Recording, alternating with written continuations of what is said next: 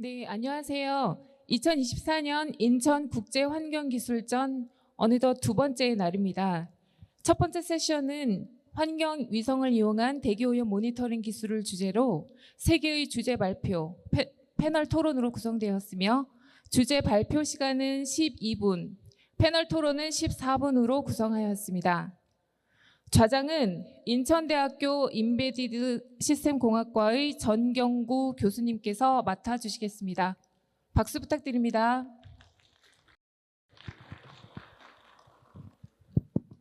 Okay, thank you for coming this very early morning session. This is a session 4 of the day 2. This session the topic is air quality monitoring technology using GEMS.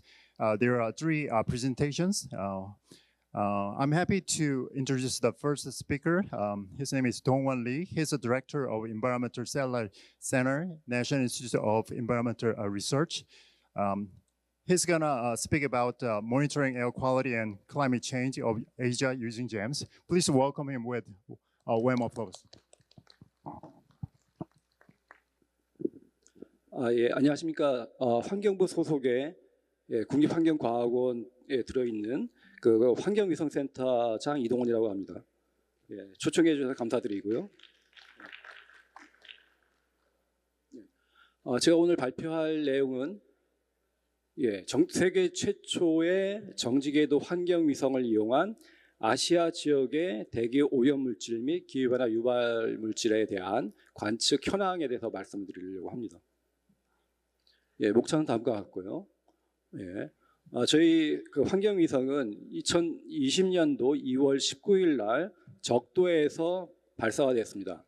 저희 환경위성은 몸체 하나에 탑재체가 2개가 들어있는 상태이고요. 한 개의 탑재체 센서는 해양위성이고 또 하나의 센서는 저희 환경위성이 됩니다.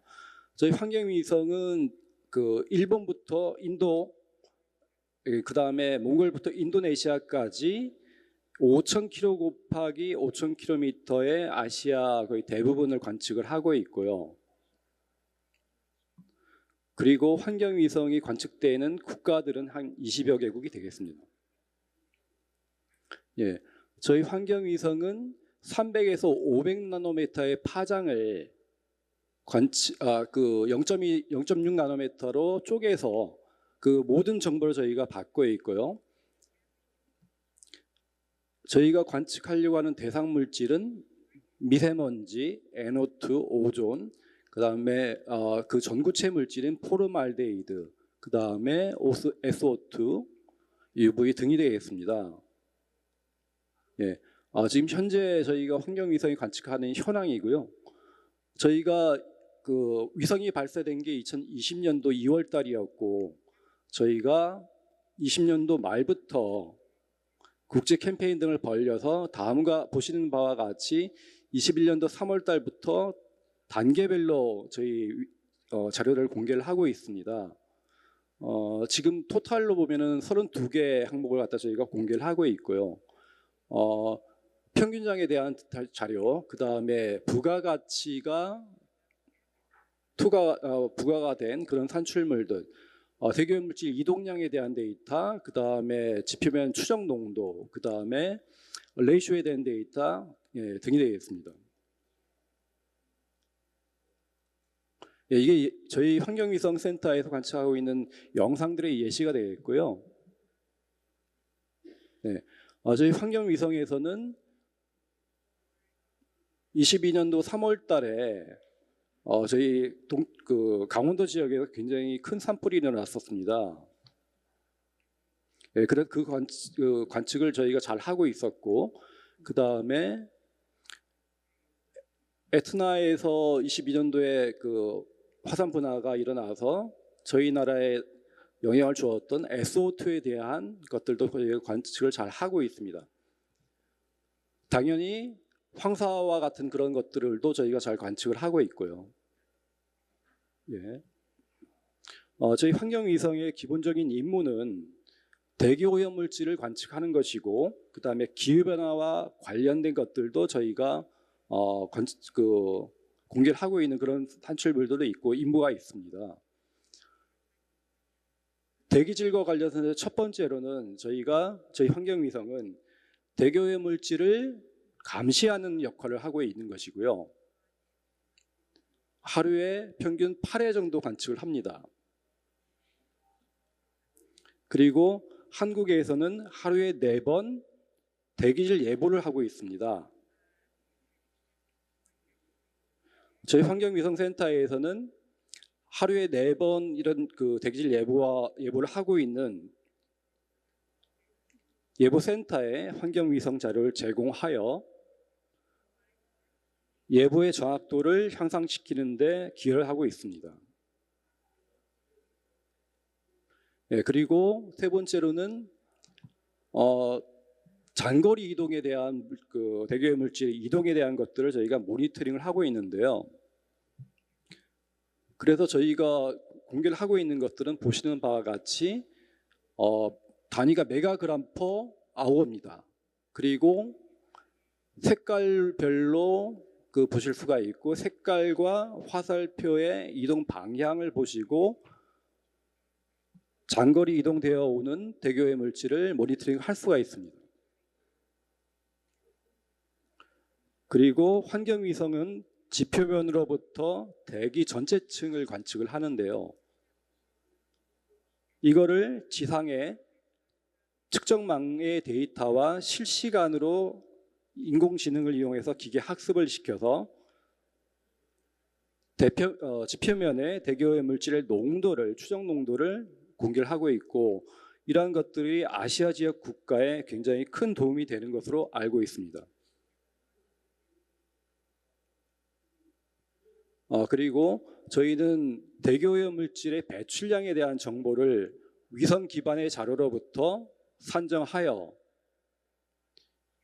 25년도 말부터 내부 검토를 거친 후 26년도부터 PM10, PM2.5, NO2에 대한 배출량을 산정을 할 예정입니다. 그리고 저희가 기계 학습을 시켜서 환경위성은 주간에 태양빛이 반사되는 것들을 관측을 해서 영상을 산출하고 있는데요. 문제가 이제 저희가 필요한 것이 대기오염 물질의 이동은 야간에도 이동이 할 수 있다는 것입니다. 그렇기 때문에 저희는 기계 학습을 시켜서 야간에도 대기오염 물질이 관측되도록 할 계획입니다. 그리고 화산에 의한 대규모 분화라든지 산불로부터 배출되는 대기오염 물질이 자동으로 탐지될 수 있는 기법을 개발하고 있습니다. 그리고 저희는 향후에 산불이라든지 대규모 화산에 의한 대기오염 물질이 어디로 이동할지 그런 자료를 공개하도록 할 예정입니다. 그리고 저희는 초분광을 이용하고 있기 때문에 기존에 계획되어 있지 않았던 대기오염 물질, 비아로, H2O, 호노, 아이오 등을 관측을 할 수 있습니다. 이 물질들은 미세먼지와 오존을 생성시키는 프리커서 전구체 물질입니다. 올해 24년도 말까지 비아로와 H2O, 호노를 공개할 예정입니다. 그리고 저희는 환경위성에서 관측되는 영상들을 평균화시켜서 평균장을 만들어서 연구에 활용되도록 제공을 하고 있습니다. 그리고 환경위성 데이터, 빅데이터가 되겠죠. 빅데이터, 환경위성 데이터 이외에도 여러 가지 데이터들을 이용해서 어느 지역이 대기오염 물질이 왜 고농도가 나타나는지에 대한 연구를 하고 있습니다. 여기서부터 이제 기후변화와 관련된 연구가 되겠습니다. 환경위성 자료는 지역별로 계산될 수 있습니다. 그렇기 때문에 기후변화와 관련된 오존과 SO2에 대한 지역별 증감을 저희가 연구할 수가 있고요.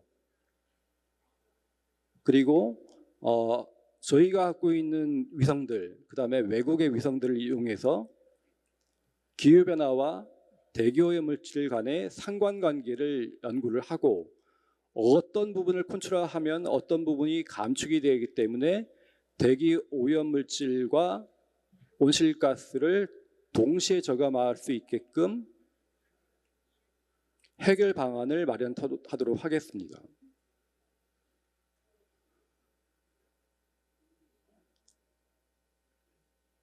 아시아 지역에서의 오존 농도는 계속적으로 증가 추세입니다.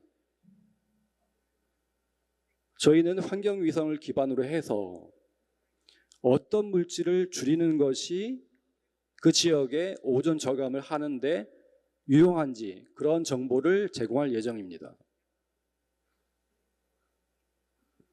그리고 저희는 대기오염 물질이면서 단기 체류 기후변화 유발 물질 SLCP를 관측을 하고 있기 때문에 대기오염 물질에 의한 복사 강제력을 연구를 하고 있고요, 산정하고 있고, 그다음에 클라이메이트 피드백 인디케이터와 어세스먼트 오브 에미션 캐릭터리스틱을 저희가 연구를 하고 있고, 환경위성의 NO2 데이터를 이용해서 CO2 데이터로 변환시켜서 공개할 예정입니다. 그리고 국제 협력과 관련해서는 저희가 세계 최초로 먼저 정지궤도 환경위성을 쏘았고, 미국에서 작년에 쏘았고, 내년에 유럽에서도 쏠 예정입니다. 이 세 개의 위성을 가지고 전 지구를 커버할 예정이고요. 이와 관련된 다양한 국제 협력이 준비되고 있습니다. 그리고 저희 쪽에서는 이제 그 환경위성 데이터를 공개하기 위해서 여러 단계에 거쳐서 국제 협력을 했고, 그다음에 최근에 올해 2월 달에는 나사와 같이 필리핀, 태국, 대만 등이 참여한 국제 캠페인을 벌였습니다. 그리고 저희는 12개 정도의 국제 협력을 하고 있고요. UNESCAP, 코이카와 함께 대기오염 물질을 관측하고 그것을 이용해서 환경위성 자료를 검증할 수 있는 아시아 판도라 네트워크를 구축을 하고 있습니다. 올해까지 7개국 20개소를 완료할 예정입니다. 환경위성센터에서는 세계 최첨단의 장비를 개발하고 있습니다. 판도라 아시아 네트워크에 사용됐던 미국산 판도라 장비를 국산화시켜서 작년부터 상용화될 수 있는 수준까지 왔고요. 그 다음에 올해 네덜란드에서 개최되었던 신디 캠페인에서 참여해서 세계 최첨단 장비와 상관계수가 1까지 되는 그런 장비입니다. 그 다음에 환경위성을 작게 만들어서 항공기에 탑재될 수 있는 장비를 만들었고, 환경위성 자료를 검증하기 위해서 오존과 NO2에 대한 존대를 개발 중입니다. 이 역시 가능하다면 상용화시킬 예정이고요. 그 다음에 환경위성 데이터를 쉽게 가공해서 사용하실 수 있도록 환경위성을 활용할 수 있는 그 툴을 만들어서 제공을 하고 있고요. 향후 계획으로는 지금 초소형 온실가스 관측 위성 5기를 개발하고 있습니다. 27년도에 한 대를 쏠 거고 28년도에 4대를 쏠 예정입니다. 타겟 물질은 메탄과 CO2입니다. 그리고 후속 위성을 갖다가 준비를 하고 있는데요. 후속 위성 사업 이외에도 정지 궤도에서 온실가스 관측을 할 수 있는 위성을 개발할 예정입니다. 이 부분이 저희가 개발했던 판도라를 대체할 수 있는 한국산 판도라의 특성이 되겠습니다. 예, 이상으로 발표 마치도록 하겠습니다. Thank you for your presentation. We'll have a Q&A at the panel session altogether. So, okay. Good morning. My name is Kyung-gu Jeon. I'm a director of machine learning lab at the International University. As you see, my background is not environment. My background is computer science. So in this session, I will present some technical and computer science perspective explanation of how to estimate ground level air pollution by using satellite images. So this is the contents. I will present two works. Two works is not my works. They are the survey of the existing two works. The first one is estimation work. That is the research report from the Korean Satellite Center of Director Dongwon Lee, and it shows. I will explain how what kind of technologies are used to estimate. And the second work is from the Thailand. Actually, the Thailand researchers downloaded the satellite data from the Korean Satellite Center, and then they try to validate the estimation value with the real surface level measurement data, because they have a ground level stations. And then I will introduce some recent deep learning based, actually AI based approaches to estimate the ground level estimations. And then I'll conclude my presentation with what kind of research challenges there are for the estimation.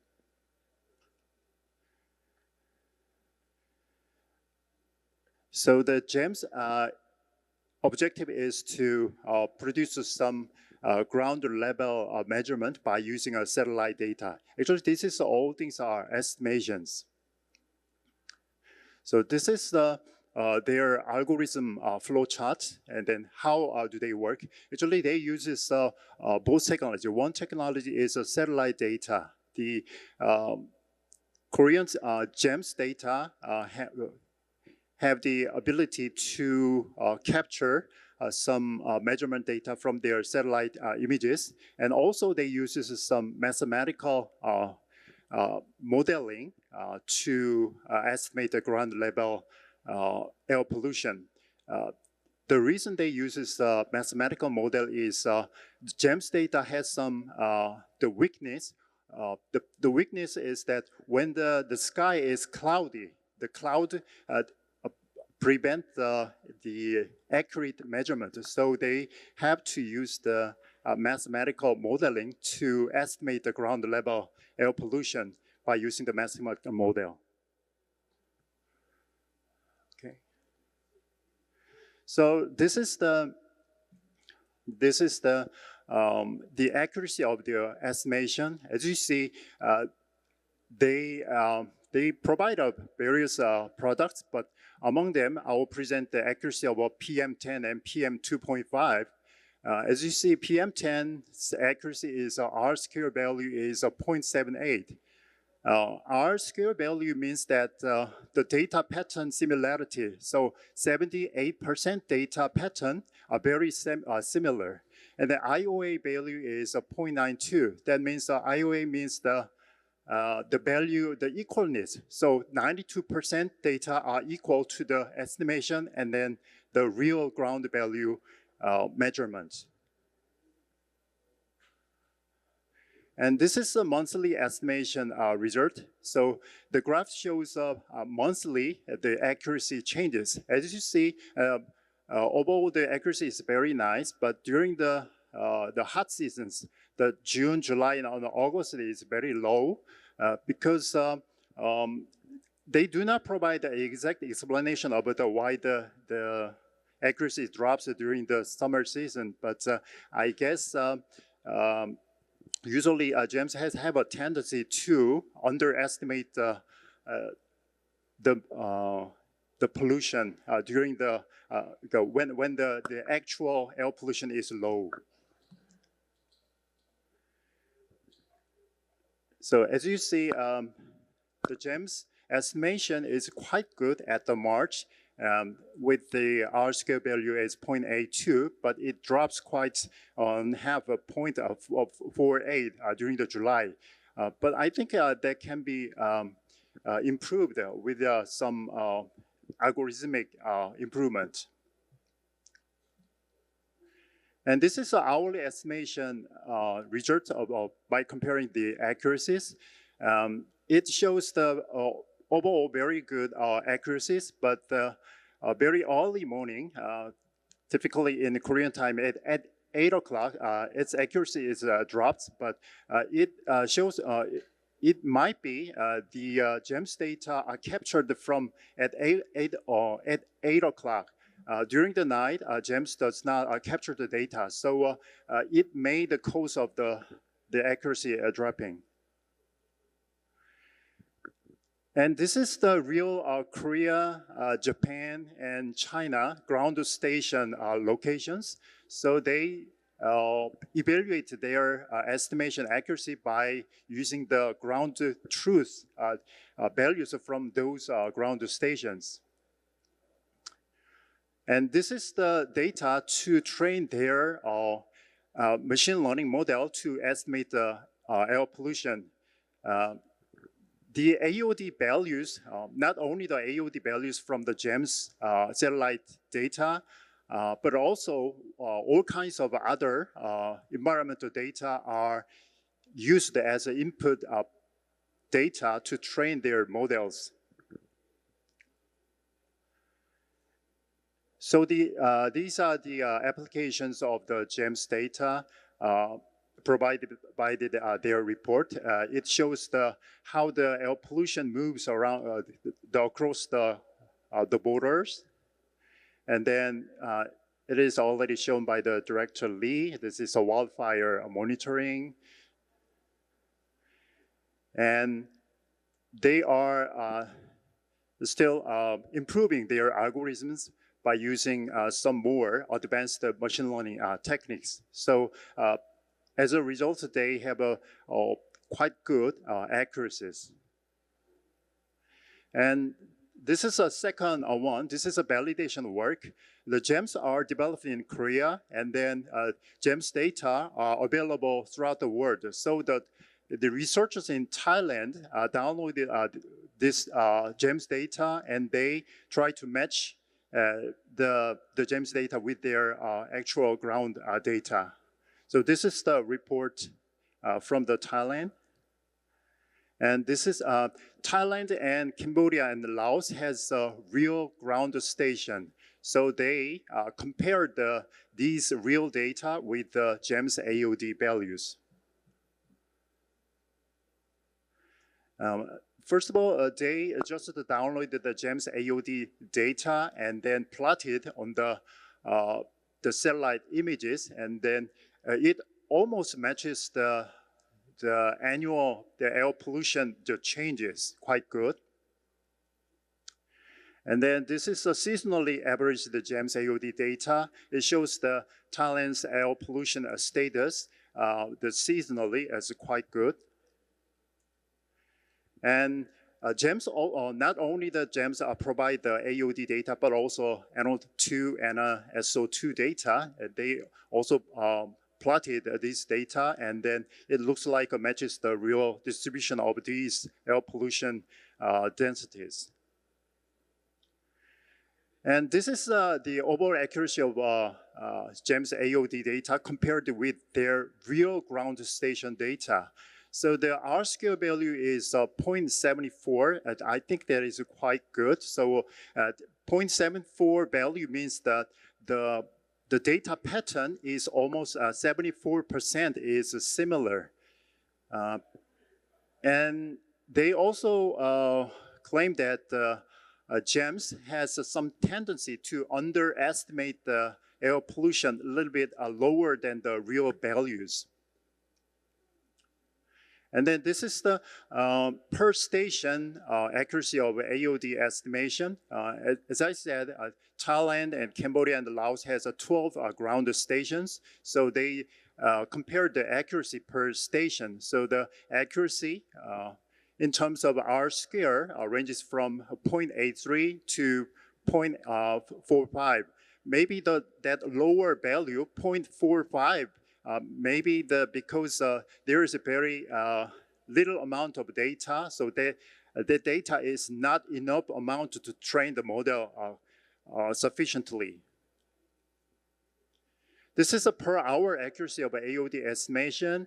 Usually the accuracy is quite good, so it shows some evidence that AOD value estimation is quite good estimator for the real surface air pollution. This is a per season AOD estimation comparison. It shows that every season it shows a very quite good estimation, but in some lower air pollution season, that estimation is a little bit incorrect. But still, in overall, they have a 0.72 average, so that is a quite good estimation value. So the GEMS product they concluded. The conclusion of Thailand researchers is that GEMS data is very good estimator for the ground level air pollution in the areas where the ground station is not installed. Actually, this GEMS estimation work is based on the machine learning technologies, but in these days, more advanced AI-based, deep learning-based works are used to estimate the ground level air pollutions. So I brought some works, 3 works here. The first thing is from the UK, the England. They uses not only the spectrum data. Usually the AOD data, GEMS data uses the spectrum data, but they use the real visual satellite images along with spectrum data and all kinds of these data. And this shows some deep learning. That is the AI architecture. It's a quite complex model and also very the recent model. They uses this model and then they made a very good success. So this is some trend to more advanced AI technologies, not only the machine learning technologies, to improve their estimation result. The next thing is from the United States work. They did a very interesting work. Actually, they did use the technique. It is called a transfer learning. That is a very well-known AI technique that is training deep AI with some other areas data and then use that model to adapt their work to other areas. So in the United States, they trained some their deep learning model with a very well-structured ground level air monitoring stations are regions. The data are used to train their deep learning model to estimate the ground level air pollution, and then transfer that model to another area. But in that area, the ground level stations are not sufficiently installed. So they made some success there. The last thing is, it is another interesting things. They in this work, they used the ground level very low cost air monitoring sensor. It costs only $229. They installed those tiny and very cheap air monitoring sensors on the ground installed. And then they collected those data and then combined them with the satellite data to estimate the ground level. So I think this is a very cost-efficient way to estimate the ground level work, ground level air pollution level. So the current trend is adopt AI technologies to estimate the ground level air pollution, but there are some research challenges in terms of the computer science. The first thing is data consistency. The satellite images has very low image resolution, but the ground stations have a relatively very dense resolution. So we have to overcome that data inconsistency. And another challenge is limited ground data. Usually, some areas have a very limited number of ground air stations. And the third challenge is still the cloud cover. When the cloud is covered the ground, the satellite cannot capture the ground status. So there is another research issues. And then the fourth issue is transfer learning challenges. Usually the Thailand, as you see in the Thailand cases, the GEMS data are trained with usually mostly Korean and Japan and China data, and then they transfer that model to the Thailand, but there's some gaps in the Thailand cases. So that is another challenges. The finally is complexity of atmospheric variables. To estimate the ground level air pollution, we have to consider very many kinds of variables, not only the satellite images. So it requires some collaboration between computer scientists and some environmental research scientists. Okay, thank you. This is my presentation. Thank you. Okay, I present the final speaker, Dr. Jie Yu. She is a researcher in the Institute for Environmental Convergence Technology of International University. She's going to present a commercialization plan for linking environmental satellite and ground monitoring. Please welcome her. 네, 안녕하세요. 소개받은 인천대학교 환경융합기술연구원의 유지혜라고 합니다. 저는 오늘 소개해 주신 대로 환경위성과 지상 및 모니터링 연계 사업 방안에 대해서 말씀을 드릴 텐데요. 저의 발표 내용은 저희가 현재 수행하고 있는 UNDP의 프로젝트 내용과 이제 두 번째 내용으로는 이제 강서특구에서 이 위성 자료를 가지고 어떻게 사업화를 진행할 수 있을지에 대해서 말씀드리고자 합니다.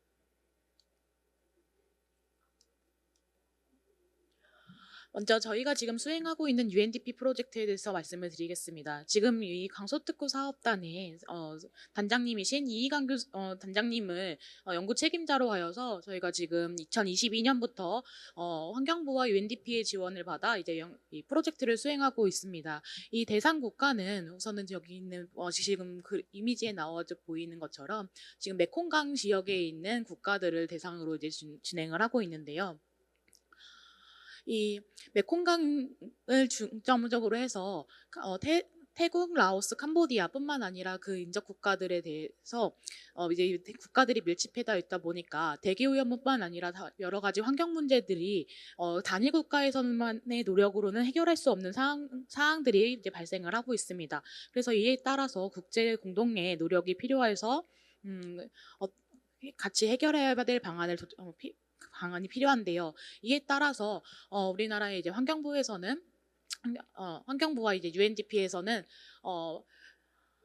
아시아 에어 퀄리티 매니지먼트 프로그램이라는 일명 AAQMap이라는 사업을 이제 진행을 하게 되었습니다. 그래서 저희가 이 프로젝트를 수행을 하면서 중점적으로 하는 거는 지금 1단계에서는 태국, 라오스, 캄보디아를 진행을 했었고 2단계로는 이제 몽골, 인도네시아, 베트남을 이제 진행을 하게 되는데 이 각 국가의 대기질 관련돼 있는 모니터링이라든가 인벤토리 구축하는 사업들에 대해서 현황을 파악을 해서 지역 정보 격차라든가 이런 현황들을 우선 파악하는 것들을 목적으로 하고 있고 이에 따라서 지역 대기질 정책 역량을 강화하는 것까지를 이제 목표로 두고 있습니다. 이 해당 슬라이드는 이제 저희 프로젝트의 세부 내역인데요. 이제 첫 번째 이 단계로 보시면은 이제 처음에 지역 대기질의 모니터링 자료 정보들을 이제 수집하는 단계들이 있습니다. 그래서 이 모니터링 데이터들을 수집하는 거에는 지상 기반에 있는 측정망을 기반으로 해서 데이터들을 수집을 하는 단계와 이제 지금 앞에서 발표해 주셨던 것처럼 이제 환경 위성을 활용을 해서 있는 위성 데이터들을 활용하는 방안들을 이용해서 지금 각 국가별 대기질 모니터링 현황을 분석을 하고 있습니다. 그리고 이제 또 하나 배출원에서 발출되는 그 농도들을 확인하기 위해서 대기질 배출원 인벤토리도 같이 분석을 하고 있는 게 이제 아웃풋 1에 대한 내용이고요.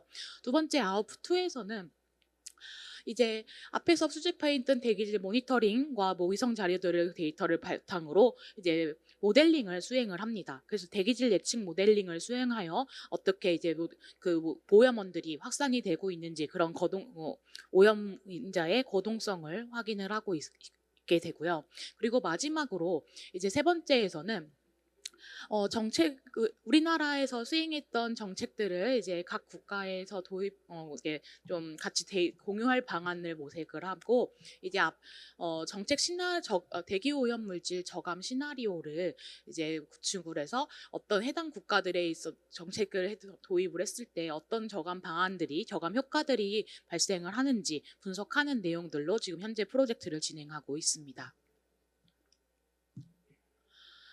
그래서 지금 저희가 22년부터 올해 24년까지 태국, 라오스, 캄보디아를 페이지 1으로 진행을 하고 있어서 앞에서 말씀드렸던 그 아웃풋 1부터 3까지의 이제 수행을 했고 이제 마무리를 하고 있는데요. 그래서 올해 이제 지난달부터죠. 9월부터 저희가 이제 페이지 2가 시작이 됐습니다. 그래서 1단계를 마무리함과 동시에 이제 2단계인 인도네시아, 몽골, 그다음에 베트남이 이제 다시 페이지 1 국가에서 수행했던 대로 모니터링부터 모델링, 그다음에 이런 대기 정책 시나리오 분석까지 하는 일련의 과정들을 다시 수행을 하게 되며 1단계에서 참여했던 국가들에 대해서 이제 후속 작업들을 이제 같이 진행을 하고자 합니다. 그래서 이 전체적인 이 프로젝트에 대해서 설명을 드리면 지금 말씀드렸듯이 22년에 이제 페이지 1이 시작이 됐고 현재 이제 3개의 국가들을 추가를 해서 이제 올해부터 24년부터 3년 동안에 이제 프로젝트가 시작이 되며 지금 현재의 계획으로는 이제 페이지 3가 또 이제 새로운 국가들을 좀 더 확장을 해서 이제 해당하는 이 AA 큐맵이라는 프로젝트를 더 확대해서 시행을 할 예정입니다. 그런데 이 방안은 이제 저희가 이런 모니터링부터 이런 지상 측정 모니터링과 이런 위성 데이터들을 가지고 분석을 해보니 이제 국가별로 이런 대기질 모니터링 측정소가 설치되어져 있는 현황들이 굉장히 많이 좀 다양하게 되어져 있어서 지역별로도 차이가 많이 나고 국가별로도 좀 차이가 많이 나고 있는 상황이라 이를 위성 데이터로 좀 보완을 하면 방안이 좀 필요할 것 같다고 지금 생각이 되고 있습니다. 그래서 이번 프로젝트를 기반으로 해서 후속 프로젝트를 계획을 하자면 이 대기 오염 관리 및 정책 개선에 대한 연구를 지속적으로 확대를 해서 대기질 관리의 능력을 강화하는 것이 필요하다고 이제 느끼게 되고 이에 따라서 모니터링, 모델링, 그다음에 이제 위성 자료 분석하는 방안에 대해서 각 구분별로 이제 어떤 사업들이 더 필요한지에 대해서 정리를 했습니다. 먼저 모니터링 방안에서는 이제 국가별로 이제 정식 측정망보다는 이런 간이 측정망 기술 사업화들이 필요한 것 같고 또한 이제 원격 측정 기술을 향상할 필요가 있고요. 그다음에 이제 배출원 인벤토리 구축도 없는 국가들이 있어서 이에 대한 이런 정책적이라든가 아니면 제도적으로 지원해줄 방안도 이제 좀 필요한 걸로 보여집니다.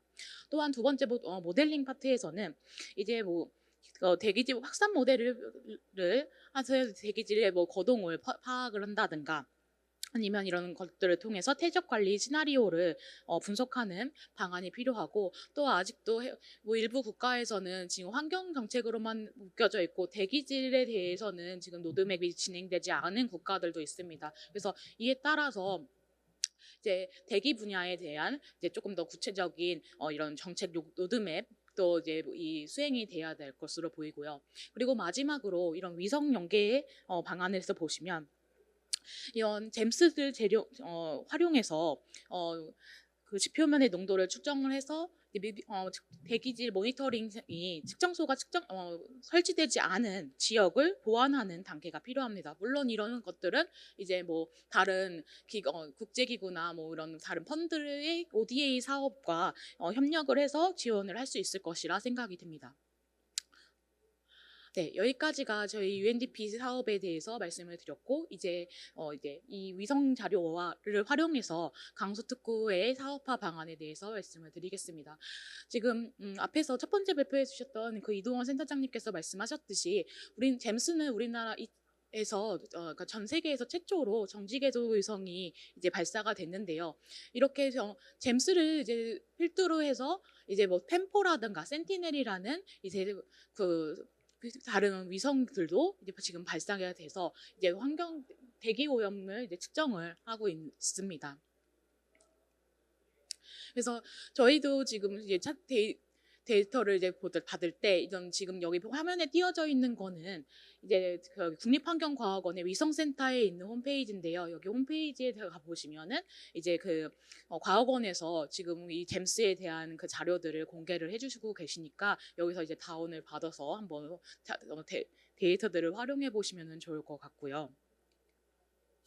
그래서 이런 이 위성 자료를 연계를 해서 하는 게 왜 필요하느냐 보자면 지금 현재의 문제점을 좀 말씀을 드리면은 이 잼스 데이터는 이 잼스가 발사가 되고 나서 이 시간적으로 제가 알기로는 이제 많이 그 데이터들을 봤는데 이제 좀 데이터 받는 지연 시간이 좀 줄었다고는 하지만 아직도 어쨌든 그 위성에서 데이터들을 받는데 좀 시간이 지연이 되고 있다고 하고 있습니다. 그래서 이런 좀 실시간으로 정확한 데이터들을 이제 활용을 해서 우리가 지금 있는 뭐 기후 변화라든가 대기 오염 물질을 어떻게 거동을 파악하는데 이런 것들이 필요한 상황이고요. 또 우리 요즘에 미세먼지 문제들이 이제 경보 같은 예경보 미세먼지 예경보 같은 이런 것들이 이제 문제가 되고 좀 대두가 되고 있는데 이런 조기 경보 시스템까지도 이제 같이 활용할 수 있는 방안까지가 필요한 상황 이런 조기 경보까지 같이 활용할 수 있는 방안이 필요하게 됐습니다. 그래서 여기 지금 이미지는 이제 딜라이트라는 이제 기관에서 분석한 정리한 이미지를 가져왔는데요. 이 위성 자료를 연계해서 이제 공익적인 이익과 민간에서의 이제 상업적 이익에 대해서 이제 각각 정리를 해 놓은 그 이미지입니다. 이 공익범 부분에서 먼저 보자면 이 위성 자료를 활용을 한다면 그 대기 관리 부분에서 시행하는 이런 시정 정책 효과를 이제 분석을 할 수 있고 또 공중보건과 사회 경제적 분야에 이제 대한 후속 조치들을 우리가 확인을 할 수 있다고 합니다. 그리고 상업적인 이익 부분에서는 위성 자료를 활용함으로써 차별화된 서비스를 이제 제공함으로써 이익을 창출할 수 있고 또 이제 그 측정소를 대기질 모니터링을 설치하는 이런 물리적 운영에 대한 위험 부담이 이제 완화가 되게 된다고 하고 있고요. 이를 통해서 기후 변화 및 환경 문제에 대한 계획을 수립이 가능하다고 하고 있습니다. 이를 통해서 이제 앞에서 말씀해 주셨듯이 이런 환경 위성들을 자료를 통해서 우리가 기후 변화나 이런 대기 오염 물질의 거동뿐만 아니라 산불 관리라든가 기타 이런 분야에서도 이미 환경 위성 데이터들을 지금 활용을 하고 있고요.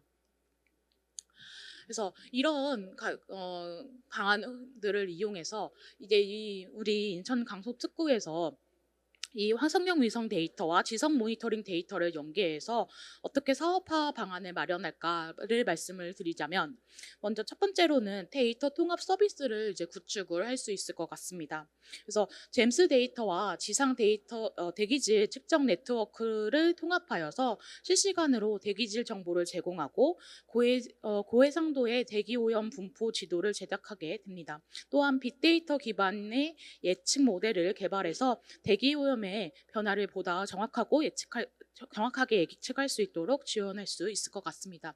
그리고 두 번째로는 사업별로 특화된 서비스를 제공합니다. 예를 들어 항만 및 해운 부문에서는 선박 배출을 모니터링을 할 수가 있고요. 그리고 산업단지에서는 사업장의 배출원을 관리하는 서비스를 지원합니다. 그리고 도시계획 분야에서는 대기질 영향을 평가를 하고 정책을 지원하는 서비스를 제공할 수 있으며 마지막으로 농업 부문에서는 작물의 생육 환경을 모니터링하여 농업의 생산성을 높일 수가 있습니다. 그리고 세 번째로 이제 환경 컨설팅 서비스로는 기업의 환경 영향 평가를 진행을 하고, 그다음에 배출량 저감 조치 방안을 자문을 하면서 환경 규제 대응 전략 수립 및 그다음에 ESG 관리 지원 서비스를 제공할 수 있을 것 같습니다. 그리고 네 번째 기술 개발 분야에서는 AI 데이터 보정 및 분석 기술, IoT 센서 네트워크 구축, 모바일 앱 개발 등을 통해서 사업화할 수 있는 기반을 마련할 수 있을 것 같고요. 그리고 마지막으로 이제 민간 기업 산학협 파트너십을 구축해서 지자체의 정책을 지원한다든가 민간 기업의 환경 관리를 지원하고 기술 개발을 통한 국내외 연구기관과의 협업을 진행을 할 수가 있을 것 같습니다. 이 중에서도 지금 사업화 방안에서도 세 번째인 환경 컨설팅 서비스에 대해서 좀 중점적으로 각 주체별로 어떻게 수행할지 역할에 대해서 말씀을 드리면, 먼저 인천 강서특구 사업단에서는 지역 내 스타트업과 중소기업의 기술 상용화를 지원하여 지역 내 환경산업의 활성화와 혁신을 도모할 수 있을 것 같습니다. 그리고 이제 강서특구 기업 내에 이런 빅데이터를 활용한다든가 IT 관련돼 있는 기업들이 있는 것으로 알고 있는데요. 이런 기업들은 데이터 수집 및 관리 플랫폼을 개발하여 환경 데이터의 효율적인 활용과 국제 기술 시스템을 도울 수 있을 것 같습니다. 그리고 이제 국립환경과학원과 같이 이런 국가연구원은 과학적 검증을 통해 기술의 정확성을 보장하고 환경 영향 평가를 통해 데이터의 신뢰성을 높일 수 있게 되고, 이를 통해서 새로운 기술과 데이터 통합이 정확하고 신뢰성을 있는 결과를 제공할 수 있을 것이라고 예상됩니다. 이제 마지막으로 K에코 한국환경공단은 환경영향평가를 지원하고 기업의 규제를 준수를 하고 있는지 기업의 환경보고서를 감사하는 역할을 수행을 하면 될 것 같습니다. 그래서 이와 같은 각 주체가 맡은 역할들을 통해서 이 사업화 방안은 조금 더 탄탄한 기반을 구축할 수 있을 것 같고요. 그다음에 이런 대기오염 문제를 해결하는 데 그치지 않고 이런 협력 모델을 구축을 하여서 단순한 기술 개발에 그치지 않고 국가 및 국제 협력의 차원에서 환경 관리 능력을 강화하는 데 중점을 두면은 될 것 같습니다. 네, 여기까지가 이제 제 발표였습니다. 네, 경청해 주셔서 감사합니다. 네. Thank you for your presentation, Dr. Yu. This is the end of the session presentation. We now start with the panel discussion. We are a little bit behind the schedule, so we'll make a very short panel discussion. I will start with some questions to Mr. Wasim Uddin Gauri. I know he is from Pakistan, so can you briefly tell me the environment issues in Pakistan?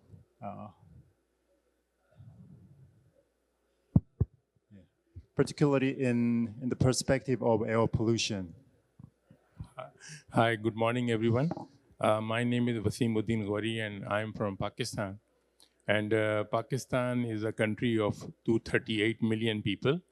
And we have all four weathers, and we have mountain peaks, sea and deserts, and a volcano also. And Pakistan has got almost all kind of environmental issue, but there are four main environmental challenges which we are facing now, and which are on the top priority of the government to look into the resolving those problems and minimizing the effect.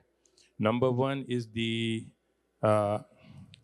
extreme weather events, which has created a lot of havoc in Pakistan from last 3 or 4 years, that is flooding.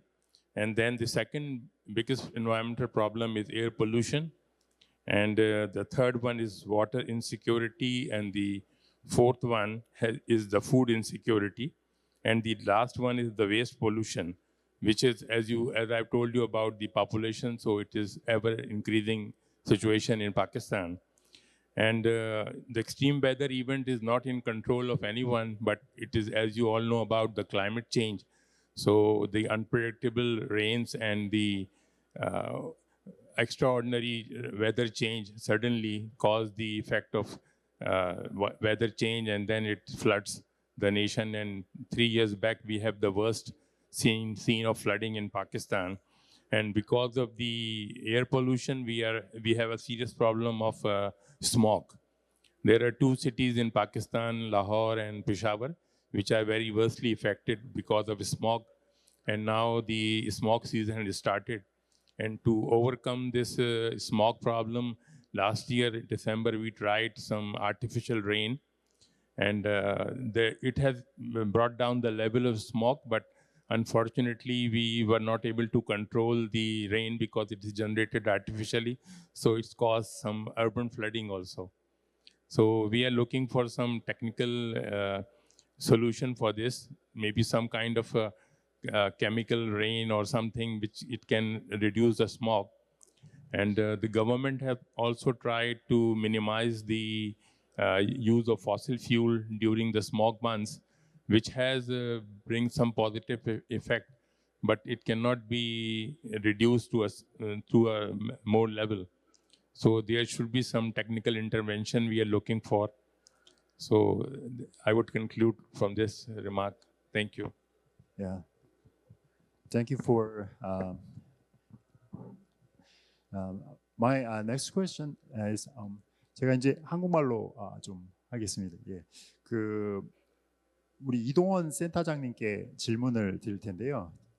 우리 국립환경과학원에서 제임스 위성 데이터를 이용을 해서 지상 농도 추정하는 것에 대해서 굉장히 좋은 결과를 보였고, 실제로 이것이 태국에 있는 연구자들이 제임스 데이터를 온라인상에서 무료로 다 다운로드를 받아서 실제로 그들이 갖고 있는 지상망의 데이터와 비교했을 때 굉장히 유사한 결과를 보이면서 지상망 관측 시설이 부족한 그런 지역에서 이것이 잘 활용될 수 있다는 굉장히 좋은 가능성을 보여줬다고 생각이 되고, 거기서 나온 리포트를 제가 기술적으로 검토했을 때도 상당히 좋은 결과라고 보여지는데요.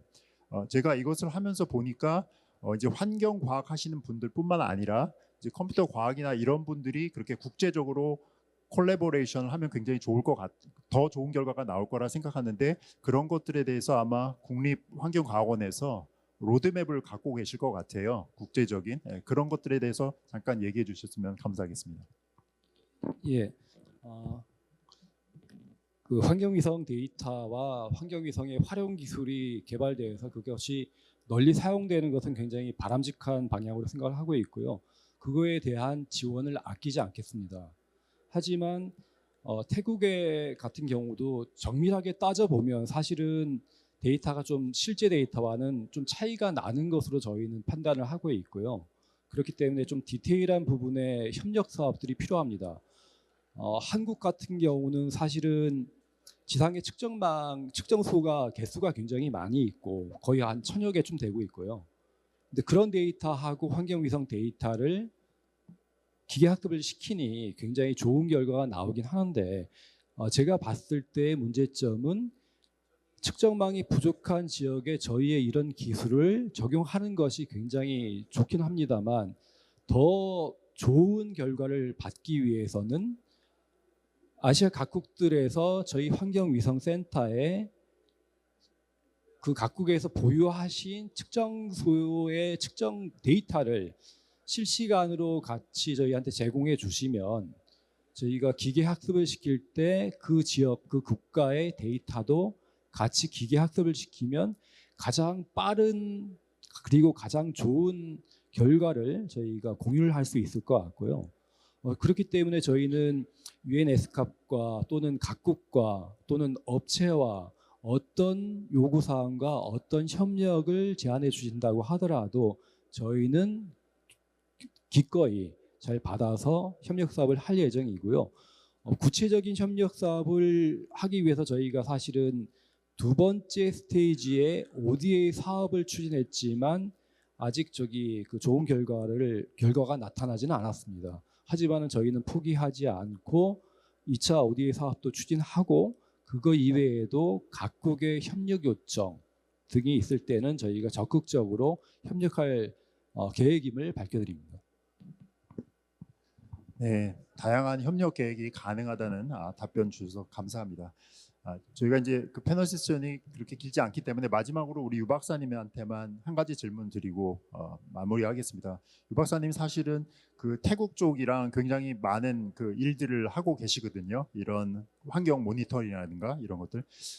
이런 거 봤을 때 이제 국내 기업들이 오늘 이제 발표하신 주제가 커머셜라이제이션이기 때문에 국내 기업들이 그렇게 태국 등과 같이 우리나라 아닌 지역들과 그런 협력 관계를 하기 위해서는 어떤 루트를 밟으면 좋을지 그런 것들 몇 가지 방안 있으면 말씀해 주셨으면 감사하겠습니다. 네, 우선은 중소기업 창에서도 이런 해외 연계 사업 방안들을 지원해 주시는 걸로 알고 있는데요. 그래서 그쪽에 이제 해외 처음 아예 네트워크가 없는 경우에서도 이런 그쪽에 그 중소기업청에서의 기업들을 연계해서 해주시는 방안들도 있고, 또한 우리 지금 특구에서 이제 진행을 하고 계신다면은 우리 강서특구 내 인천 강서특구 내에서도 이러는 이렇게 그 해외 네트워크를 구축하는 사업화를 진행을 하고 계시기 때문에 지금 앞에 우리 지금 현장에 자리하고 계시는 이런 CTCN 분들하고 같이 공동 협력을 해서 진행할 수 있는 방안이 있을 거라 생각이 됩니다. 네. 네, 답변 감사합니다.